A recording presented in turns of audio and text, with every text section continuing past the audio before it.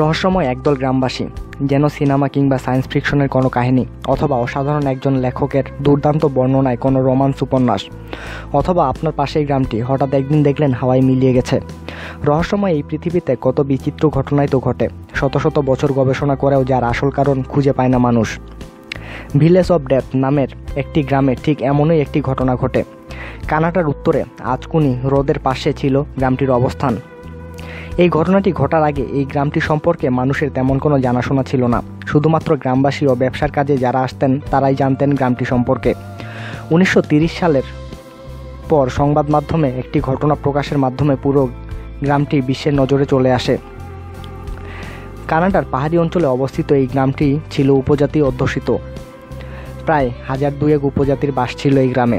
স্থানীয় অধিবাসী ও পশম ব্যবসায়ীদের আনাগোনা ছাড়া এখানে তেমন কোনো কোলাহল ছিল না।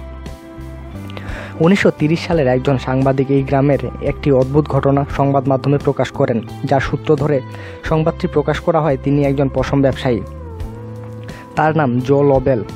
পশম কেনার জন্য তিনি প্রায়ই গ্রামটিতে যেতেন, কিন্তু একদিন তিনি পশম কেনার জন্য গ্রামে গিয়ে দেখেন কোথাও কোনো মানুষ নেই। এ বাড়ি ও বাড়ি খুঁজেও একজন মানুষও তিনি খুঁজে পেলেন না। বিভিন্ন বাড়িতে গিয়ে দেখতে পান তারা যে শার্টগুলো বুনেছিল সেগুলো অসমাপ্ত অবস্থাতেই পড়ে আছে।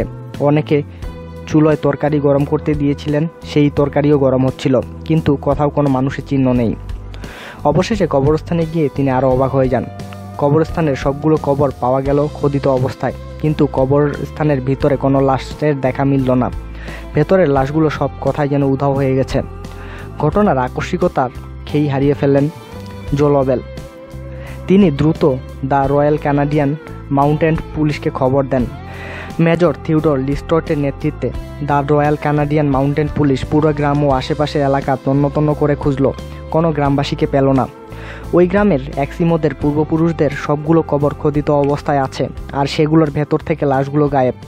যে বা যেটি গ্রামবাসীদের নিয়ে গেল সে কি একই সঙ্গে কবরগুলোর ভেতর থেকে লাশগুলো নিয়ে গেছে? কিন্তু কবরের ওপরের মাটি বরফ জমে এতটাই শক্ত হয়ে গিয়েছিল যে এগুলো খনন করা যে কারো জন্যই বেশ দুঃসাধ্য কাজ। শুধুমাত্র অক্ষত অবস্থায় পাওয়া গেল ওই গ্রামের সবচেয়ে প্রাচীন গোত্রপ্রধানের কবরটি। তাহলে কি তারই মধ্যে লুকিয়ে রয়েছে অজানা এই রহস্য?